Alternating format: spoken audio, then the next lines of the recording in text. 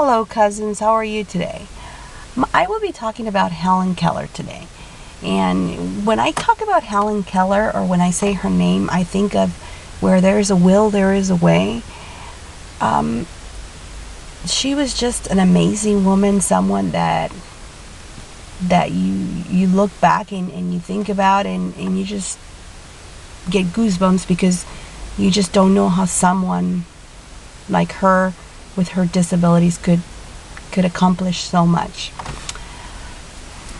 I will be talking about my 3 main points today for this topic will be the struggles that Helen Keller had to go through after her illness in her childhood years, in her early childhood years.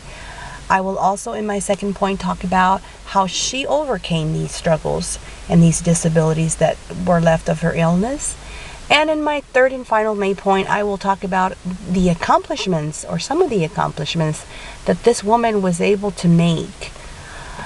Okay, so I will be moving on to my first main point, and these are the struggles that Helen Keller went through. And Helen Keller was a little bright girl with so much to give, and she was already learning how to talk, and she was just a very wonderful girl. She would sit at the table. She was very proper, listened to her parents, was always happy, just playing all the time, and loved nature. And one day Helen Keller had a really high fever and left her without being able to speak, hear or see. Can you imagine going from being a normal little kid to waking up one day and feeling like you can't hear, you can't see, and you cannot talk? This completely changed who this little girl was, and it made her a very angry, frustrated little girl. And she went from being such a proper thing to being someone that was always throwing tantrums, that would not sit at the table, that would throw food, shove it in her mouth. She was having a lot of anger issues because of this illness and how it left her. I can only imagine how she felt. I can only imagine. But now that I have, not only was she going to be different than all the other kids, she was just not going to be able to go to the same school that her parents had planned for her to go, which was a regular school. She no longer had an option of being around regular kids where she could talk and communicate with and see and play and run. From this moment on, her life had to change, and her parents' life and everyone surrounding her had to change. And now that I have covered my first main point, I would like to move on to my second main point, which is how did Helen Keller overcome her disabilities?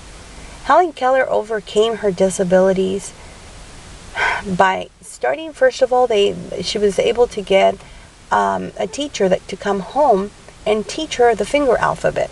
Now, the finger alphabet is through touch. Her hands she had to touch the letter, and through her hands she was able to feel it and learned in her mind the shape of the letter, and that's how she started with a great deal of words and letters by the time she was a certain age. She was also able to smell things and determine where she was at and who was there with her or with her parents at her house. When she was at the park, she could understand it or she could smell it because she would smell the flowers. When she was at home and she could feel that her parent was there with family or friends, she could determine whose friends were hers or her mom, or the mom's or the dad's, because the dad's friends would smoke, so she knew the smell of tobacco. I mean, this little girl was just unbelievably amazing. Now that I have talked about Helen Keller and how she was able to overcome her struggles, I would like to move on to my third main point, which is all the accomplishments that Helen Keller had as an adult, or some of the accomplishments. There were so many of them, but the ones that I believe are amazing to me is this woman did not only just graduate from college, but she decided to write books as well. And one of the books that she wrote as an adult was My Religion, which talks about a Christianity sect. I would really recommend you guys to read this book, because it's unbelievable that someone that cannot see can visualize this in this way. And I'm not going to say more, because it's something that you guys need to experience yourself. This woman not only wrote books, but she traveled all around the world to take her testimony to people and be a living testimony of what can be accomplished. And she was part of these fundraisers for the blind. She would she had her own Helen Keller endowment, and she would travel around so that she could get donations to help the blind. She was just an amazing woman. She didn't stop just at where she needed to stop. She went above and beyond. In conclusion, this woman was just, like I said before, amazing. She was admirable. She overcame all obstacles. She accomplished everything she wanted to accomplish in life through years and years of life of hard work. But she wanted to show the world that she could do it. She wanted to better herself.